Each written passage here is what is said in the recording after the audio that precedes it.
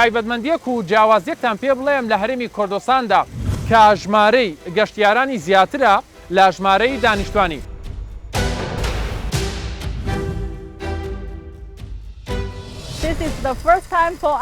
ئەمە یەکەم جارمە سەردانی هەرێمی کوردستان دەکەم و دڵخۆشم کە گەڕامەوە بە وڵاتی چین بە خێزان و هاوڕەکانم دەڵێم سەردانی شوێنێکی زۆر جیاواز و دڵگیرم کردووە.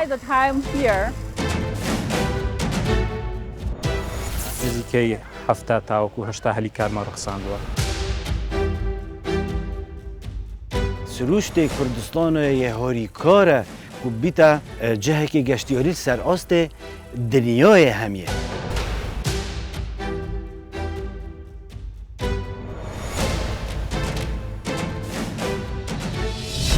باسی هەنگاوە گرنگەکانی کەرتی گەشتیاری دەکەین لە هەرێمی کوردستان. ئەم سێکتەرە گرنگە شەشەم سێکتەرە لەسەر ئاستی سێکتەرەکان لە هەرێمی کوردستان بە ڕێژەی زیاتر لە 121 کۆی سەرجەم سێکتەرەکان پێک دێنێ لە هەرێمی کوردستان.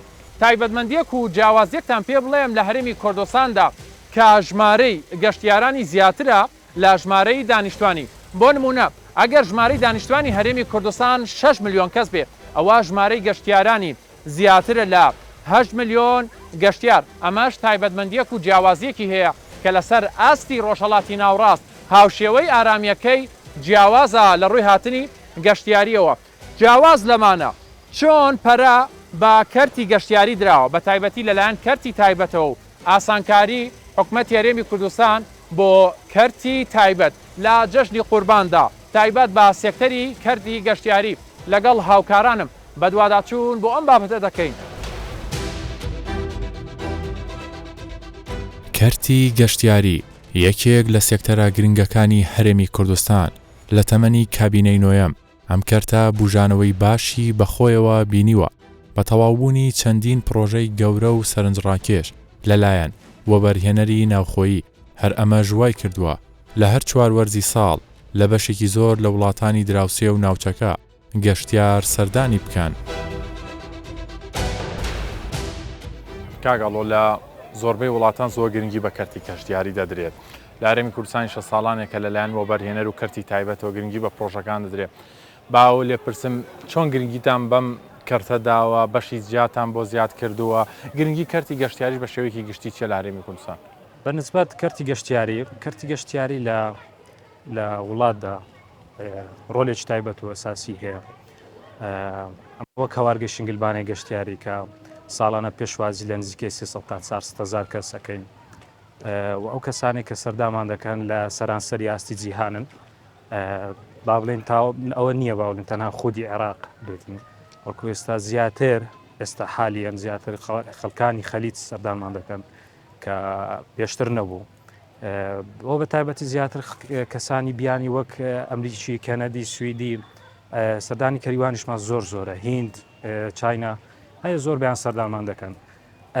ئەمە وەک هەوارگەی شنگلبانە ئەو خزمەتگوزاری کە پێشکەش دەکەین بە گەشتیارەکانمان. لێرانە هەوارگەی شنگلبانە پێک دێ لە پرۆژەی ئەکوامیرۆ ئەکواپارکی میرۆ ڤێلامان هەیە ڕێستورانتیش هەیە و زۆربەی حەدیقە و باخچەی گەورە و بچووکمان هەیە. یعنی ئەو خزمەتگوزاریە گەشتیاریە تەواویانە لەم پرۆژەیە هەیە؟ بەڵێ بە تەواوەتی هەمویان هەیە و وەتوان گەشتیار سەردانی بکاتن بە کاتە خۆش بەسەر ببەر و ئەوەی کە ئێستا حالیان کە هەیە لە با بڵێن ڕۆژانی جەژن و ئەوە و ڤێلاکانمان با بڵێن هەمویان هەر 4 ڕۆژی جەژن حجز کراوە دەرچووە. ئەنی هیچ ڤێلایەکمان نەماوە کە زیاتر بدەینە کەسی دیکە. باشە پاڵپشتیکردنی حکومەت بۆ کەرتی گەشتیاری ئێوە کەرتی تایبەتن ئەگەر حکومەت پاڵپشتیتان نەکا بێگومان ناتوانم فراوانی کەن ینی ئاسانکاریتان بۆ نەکات لە ڕوانگەی حکومەتەوە پاڵپشتی کەرتی گەشتیاریکەوە بۆ پرۆژەکەی خۆشتان. بەتەکید هاوکاری حکومەتی هەرێمی کوردستانە بێ پرۆژە گەشتیاریش ناتوانانی بەردەوام بێت و یان فراوانی بکاتن. هەر لەو ماوە نزیکانە بەڕێز سەرۆکی وەزیران سەردانی ئێرەی کرد و دووبارە ئەکواپارکی میرۆی بەسەر کردەوە و افتتاحی پێکرد. ئەوەشی زۆر گەورە بوو لۆمە لۆ وەک هەوارگەی شنگلبانەی گەشتیاری شانازیەکەین کە حکومەت پاڵپشتیمانە کاتن و ئێستاش چەندان پرۆژی دیکەشمان هەیە سەبرە دەست پێەکەین و فراوانتر یەکەین بە بەردەوامی. باشە ئەڵەن کارتی گەشتیاری یەکێکە لەو کارتانی کە زۆرترین هاوڵاتی سوودی لێبینە لاری موسان. مەسەرەن لەم پرۆژەیە لە ڕووی هەلی کارەوە لە ڕووی جوڵەی بازاڕەوە ما هەلێکی کاری باشتان ڕەخساندووە؟ ئەو کارمەندانێک کە لێرە کار دەکەن زۆربیان خەڵکی ناوچەکەن قەزا ڕواندز کارمەندی بیانیمان نیە نزیکەی 70 تاوەکو 80 هەلی کارمان ڕەخساندووە بەپێی وەرزی کار ڕێژەکە گۆڕ بەرز و نزمی تێدەکرێت بە حتمما ئەو کەسانی کە سەردانی پرۆژەی هەوارگەی شنگلبانی گەشتیاری دەکەن زۆر جار سوود دەگەین بە قەزای ڕواندز ناوچەکە بازار ڕواندز یاخود سۆران ئیدارە یان جوڵەیەک دروست دەکات حتمما ئێستا ئێمە لە ڕۆژەکانی جەژنان ینی وتت هیچ وێلایەکمان نەما هەمویان حەز هیچ هەمووشان گەشتیاری عەرەب نین نانە هەمووشیان گەشتیاری عەرەب نینە زۆر هەیەتیدا بیانیە باڵێن حزێکمان هەیە تایوەنیە هەندێکیان سینیە هەشیتمان خواروی عێراقا تورکیمان هەیە ئیرانیمان هەیە یعنی با بەگشتی سەرانسەری جیهان تێکەڵە. ئاماری هۆتێل و مۆتێلەکان لە هەرێمی کوردستان ژمارەی هۆتێلەکان 468 هۆتێل مۆتێل 270 هۆتێلی پێنجەستێرە 40 هۆتێل کۆمپانیایی گەشتیاری 600 کۆمپانیا. لە ساڵانی ڕابردوو تەنها گەشتیارانی پارێزگاکانی عێراق سەردانی هەرێمی کوردستانیان دەکرد بەڵام ئێستا ڕێژەی گەشتیارانی بیانی بە ڕێژەی 125 ڕێژەی ئەو گەشتیارانە پێک دێنن کە سەردانی هەرێمی کوردستان دەکەن چونکە وەک خۆیان باسی دەکەن هەرێمی کوردستان شوێنی سەرنجڕاکێشی گەشتیاری زۆری هەیە.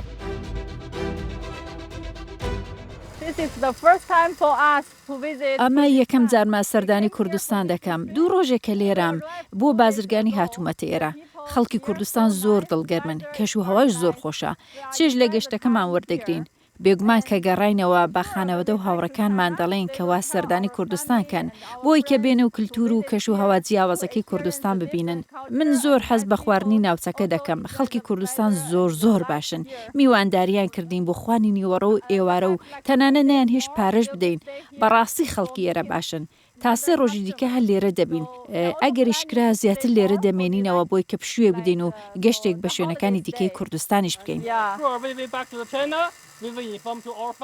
کە گەڕاینەوە چین بە خانەوادە و هاوڕێکانمان دەڵێن سەردانی هەولێر و کوردستان بکەن لە خواردن شوێنەکان و خەڵکەکەی پەشیمان نابنەوە هەمووی نایابە.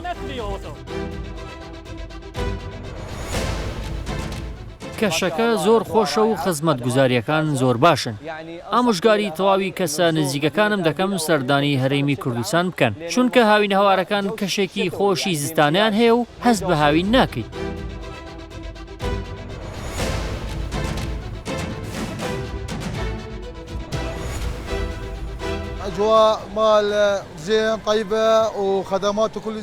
شوێنەکان و خزمەتگوزاریەکان زۆر خۆش و باشن چوین بۆ تاگەکانی بێخاڵ و گەلی عەلیبەگ و تەواوی شوێنەکان گەڕاوین ڕۆژانی جەژن و شوێنەکانی کوردستان خۆشن کوردستان زۆر جوانە.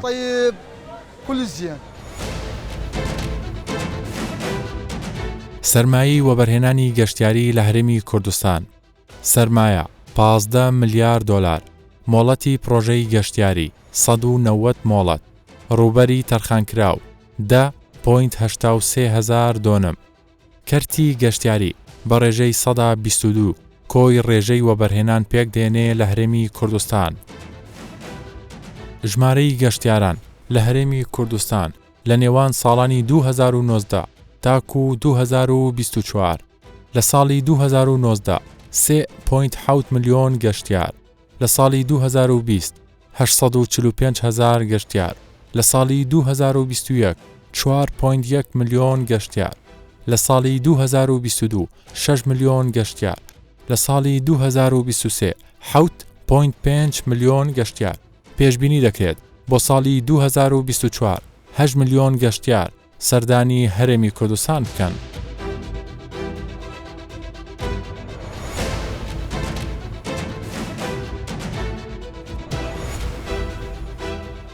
دەتانگەڕێنمەوە بۆ 73 ساڵ پێش ئێستا مێژوو گەواهیدەرە کە هەردەم هەرێمی کوردستان جێی سەرنجڕاکێش بووە بۆ گەشتیاران.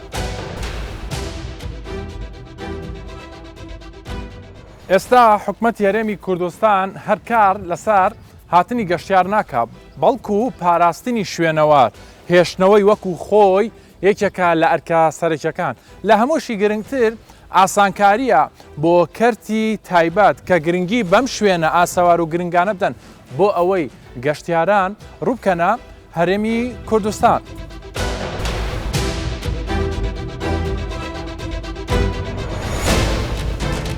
هەر لەم بەرنامەیەدا سەرنجدان بۆ یەکێک لە کۆنترین هۆتێلەکانی کوردستان ڕادەکێشم کە پێش 73 ساڵ پێشوازی لە میوان و کەسایەتی سیاسی و بەناوبانگەکانی عێراق کردووە.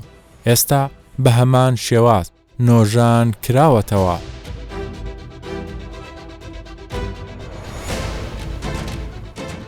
کاک حەمیدەمە لە ڕۆژەکانی جەژنداین ئامادەکاریەکانتان ئەو پلانانی کە داتان بۆ ناحیەی سەرسنگکە شوێنێکی زۆر گەشتیاریە لە پارێزگای دووهۆکە چۆن بەڕێوە چوو؟ دەستپێکی بخێر بێن سەرچەوە جەژنە هەوا و یا تەوای ملەتی کورد پیرۆز بیتن بێگومان هەر بیرەوەریەکێدا بیتنیان هەر هەلکەفتێکێ بیتن وەکی ڕێبەبەری و گەشت و گوزارە ئامێدیە حاضر بوونێت خۆت کرد ئامادەکاریەت خۆت کرد بۆ پێشەوەزیکردنە گەشتیارە بێگومان ئەوێ جەژنێژیدا وەکی حاضر بوون مەیت هەین پێشەوەزی و گەشتیارە هەمی جهت مەیت گەشتیاری وەکی بێژن جەدوەلێن و بەدۆرە مەیە هەی وەکی بێن خەفارات مەیت هەین نەخواسمە حالەتێک تشتێک بوو چێ بێت بۆ گەشتیارێکی چێ ببیتن کو بشێن خزمەتەوەی بکەین هەموو هەنگیەکە بۆش ئەلگەل دەستگاهێت ئێمە ناحیە مەیت هەین وەکی بێژن پلانێک هاتیە داناندن بۆ ڕۆژێک جەژنێ نەتایبەت کە گەشت و گوزار گەل جیهاتێت ئەمنی کو بشێن شێوەکی باشتر خزمەتە گەشتیارێن قەزا ئامێدیە بکەین. چەند جێ گەشتیاریمان هەیە منتیقا؟ منطقە قەزا ئامێدیەمە 215 جهت گەشتیاریەت هەین. ئەدوان 215 جهت گەشتیاریژیدا شێن بێژم 110 حتا 115 جهت گەشتیاری وەکی مولەتە گەشتیاری پێ هەیە و ئەم سەرەدەریەت گەل بکەین شێوەیەکی فەرمی. باشە شوێنەکان هەمووی چۆنڵی حجز کراون گەشتیاری باشی تێدان بۆ vê cejnê de eşêm bêjim notone hessadê cihêt me hemît qepatin gelek wekî bêjin xêzan yê hatîn cih jî bi dest nekefîne dergehê baxçê daîret xwe wekî bêjin nivîsîngeha pêşê ya geşt û guzarê Sîlavê û ya rêveberiya geşt û guzara Amêdiyê li Sersinkê ev baxçe jî xizmeta geştiyara dane ku egel cihek nebît bi derse şarekî bîtin van baxça bihêne bihewandin. ئەم ساڵ ڕێژەی گەشتیارمان بەرزە بێتەوە یا هەروەکو پارساڵ دەبێت؟ هەکە ئەم بەرەوەریل گەل جەژنە بوریدا بکەین ئەن گەل جەژنە چە ساڵە بوریدا بکە ئەشێن بێژمەتە ڕێژە 15 زیاد دەبیتەوە. ڕەنگە ئێستان پرسیارەش دروست بێ کە ئێمە لە ڕۆژەکانی جەژنداین کوانێ گەشتیار بەڵام ئێمە لە یەکێک لە کۆنترین هوتێلەکانی لەسەر ئاستی هەرێمی کوردستان کە ئێستا لەلایەن کەرتی تایبەتەوە نۆژەن دەکرێتەوە لەسەر شێوازە قەدیمەکەی خۆی وەختی خۆی زۆرترین گەشتیار لەسەر ئاستی باڵای حکومی بیانی ڕویان کردوتە ئەم ناوچەیە ئەم هوتێلە چۆن نۆژە نەکرێتەوە حکومەت چۆن ئاسانکاری دەکات بۆ ئەو شوێنەوارانە ئەمێن ئەف ئوتێلە گرنگیەکە گەلک ئۆمەزان بۆ قەزا ئۆمێدی هەمیە هەی چونکو کەبنترین ئوتێلە ئەشێن بێژم سەر ئۆستێ هەرێما کوردستانە ساڵ 1946 بریارە مەلیک فەیسەڵی دویە کو پشتی سەردانا قەزا ئۆمێدی هەمیە کردی و نانخواردن کو لە هاڤینگەها سەرسنکێ خواری دلی وەکی بێژن کێشۆ کە جەوێوێ هینکۆتیاوێ سروشتێوێ هەمی وەلێ کرد کو بریارێ بدەتن کە ببیتە هاڤینگەهەکە شاهانە یعنی شاهە بووە بخۆ بیتن ساڵە 46 ئەف ئوتێلە دەست هاوێتیە ساڵە 1950 بدماهی هات و ئاهنگێکە گەلک ئۆمەزان بێدرکە هاتە گێڕان و چەندین سەرکردەیەن وی دەمیدا یەت عێراقی هەمیل بێدرکە حاضر بووینە شێوازێ چێکردنەوەی وەکی بێژن یۆ بەرنیا سەب ئوتێلۆ بەری 63 ژوورۆ پێک تێتن هەر وی مەوسمیدا دەکەویدەت خزمەتە گەشتیارەدا و ڕێژێکە زۆرە گەشتیارەژی لە سەردانا قەزا ئۆمێدیە عام هێتەکردن تایبەت لە هاڤینگەها سەرسنکێ ji بێ خەمەت ئوتێلۆ بەری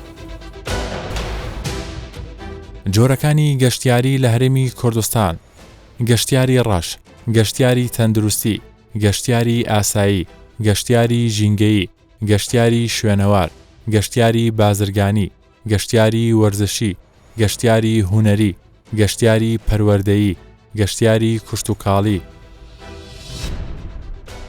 ناوچە گەشتیاریەکان لە هەرێمی کوردستان ژمارەی هۆتێل 468، ئاپارتمانی ڕاخراو 282، ڕێستۆرانت 589، کافتریا 714، کۆمەڵگای گەشتیاری 54، شاری یاری 10، کۆمپانیا و نووسینگەی گەشتیاری 600، هۆڵی ئاهەنگگێڕان 72، خواردن و خواردنەوە 157. هەرێمی کوردستان تایبەتمەندیەکی جیاوازی هەیە کە هەڵکەوتەی جوگرافیاکەی هاوکارێکی باشە کە گرنگی زیاتر بە کەرتی گەشت و گوزار بدرێت. شارەزایانی گەشت و گوزار چی دەڵێن لەو بارەیەوە؟ ئێمە ئێستا لە یەکێک لە کۆنترین هوتێلەکانی لە هەرێمی کوردستان دەبینین نۆژەن کراوەتەوە. بەڕێستان ساڵانێکی زۆرە هەم لە سەر مێژوەکەی لەسەر تاریخەکەی مێژوێکی دوور و درێژتان هەیە لەسەر ئەم بابەتە. گرنگی نۆژەنکردنەوەی وەکو خۆی چ گرنگێکیە بۆ کەرتی گەشت و گوزار لە هەرێمی کوردستان و بە تایبەتیش لە پارێزگایەوە؟ اوتيلو بري السرسينكي الصالة 1946 الشرخيبورية دست بكيري وبينجيو ايكي بريو رسمكي مظن وكان كناو حكمته عراقي وكردستاني وكسايت يد مهم الفيريبون وهتا ذاكرن او وقت اوتيل اوفاكيري وذاكري او نشانه دستهالات داریا ملکی بو پادشاهی و سلطوی بو العراقی بله و تایبتی نشانا گشت و گذاره بو و اف اوتلا نشانا هنده بو امشین بجین کو حکمت گشتیاری یعنی حکمت ده پریوبت و ده گشه و پشتوانی لکت. لە هەرێمی کوردستان چەند جێی دیکەشمان هەیە وەکو قەڵایە وەکو کۆشکن وەکو ئەوانە ئەگەر ئەمانەش هەمووی نۆژان بکرێتەوە چ گرنگی دەبێت؟ گەشتیۆریە شیناواری ئێکش گەشتیۆریە گرنگە سەر ئاستێ دنیاە و ساڵ بە ساڵ دیف تێگەهشتن و ڕەوشەنبیریە خەلکی ئەف جوورێ گەشتیۆریە گەشە بینیە خۆڤەت بینیت و پێشتکەویت. بشك يعني كردستان وكي تكرم كري يا زنجينة بفيجوري جشتيارية وفرا اف جهة جشتياري چیت سروشتی بن اوت وقت خولد بورینن و برابرتنه و آو و هینکاتی و دیمن یعنی هر گشتیاریاش اینواری یا نزیکی وانجه های گلک فره هکب گرینگی بدن و چیکن یعنی بشویه که اکادمینی از بارد کم ایکش وانجورا ده هزه دتا یادی و هر دو پیک و دیگه شکن. هەرێمی کوردستان سروشتێکی تەواو تەبیعی هەیە یعنی دەستکردی نییە ئەمە تا چەند هاریکارێکی باشە بێ کە زیاتر وەبەرهێنان خزمەتگوزاری زیاتر لە بواری گەشت و گوزارە بکرێت لە هەرێمی کوردستان.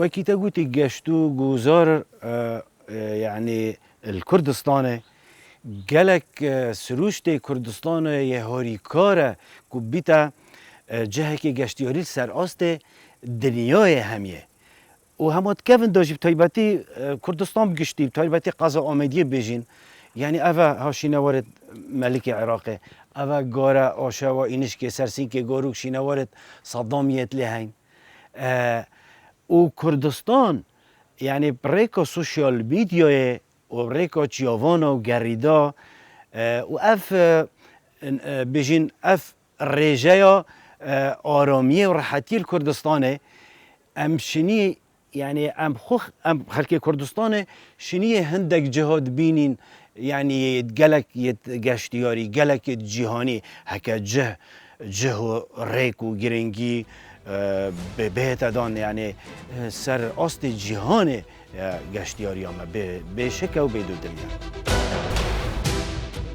پێویستیەکانی کەرتی گەشتیاری لە هەرێمی کوردستان بە بازاڕکردنی کەرتی گەشتیاری، دامەزرانی شاری گەورەی گەشتیاری، دابیکردنی خزمەتگوزاری بۆ ناوچە گەشتیاریەکان، نۆژەنکردنەوەی ڕێگاوبانەکان، دامەزرانی کارمەندی گەشتیاری لە بازگەکان، دەرکردنی یاسایەک بۆ ناوچە شوێنەواریەکان، ڕاکێشانی گەشتیاری بیانی، جێبەجێکردنی نەخشەی گەشتیاری، بڵاوکردنەوەی هۆشیاری و گەشتیاری و ژینگەیی